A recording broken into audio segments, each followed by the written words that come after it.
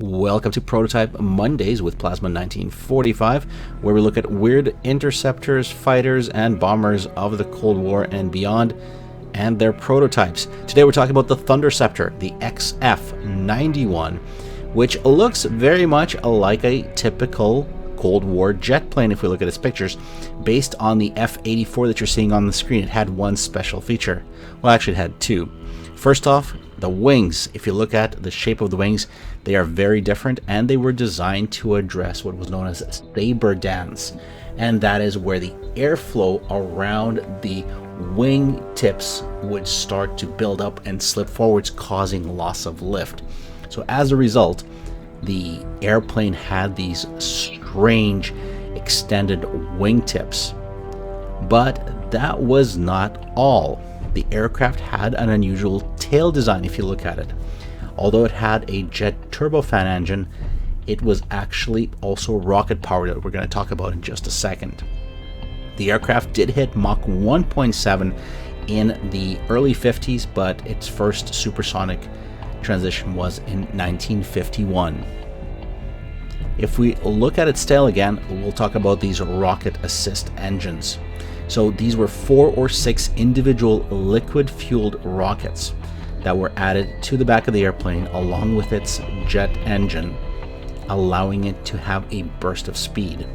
Indeed, in the 50s, it was all about getting up to speed and altitude quick to intercept the enemy, aka Soviet bombers. And of course, what's better way to intercept Soviet bombers than to use a liquid-fueled rocket fueled by alcohol? Indeed, this plane was the original US boozer cruiser.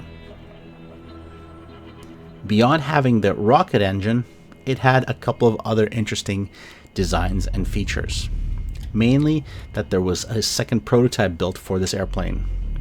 The first prototype had a atypical nose for the time, with an radome added, moving the intake down below it. The radome was to be used for the AIM-4 Falcon missile and for the guidance computer for the cannons and guns.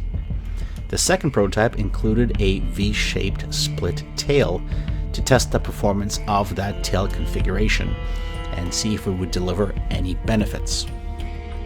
I mentioned arming up, so let's talk about arming up for just a quick second here. The XF-91 had options to carry either the M3, the M24 20mm cannons, as well as unguided rockets and potentially the AIM-4 Falcon missile. Now, for those who are watching, there was a mention of a T-110 cannon that I can't find any info on. If you have anything about it, let me know in the description. And as for the success of this aircraft, was it a success? No, but it was an excellent prototype with some novel ideas. So thumbs up to the designers for that idea. There's, I believe, one example of it still left in museums, and let me know if you've seen it in person. And if you've enjoyed this video, make sure you comment, thumbs up, share, like. All that helps the channel. Plasma 1945 out.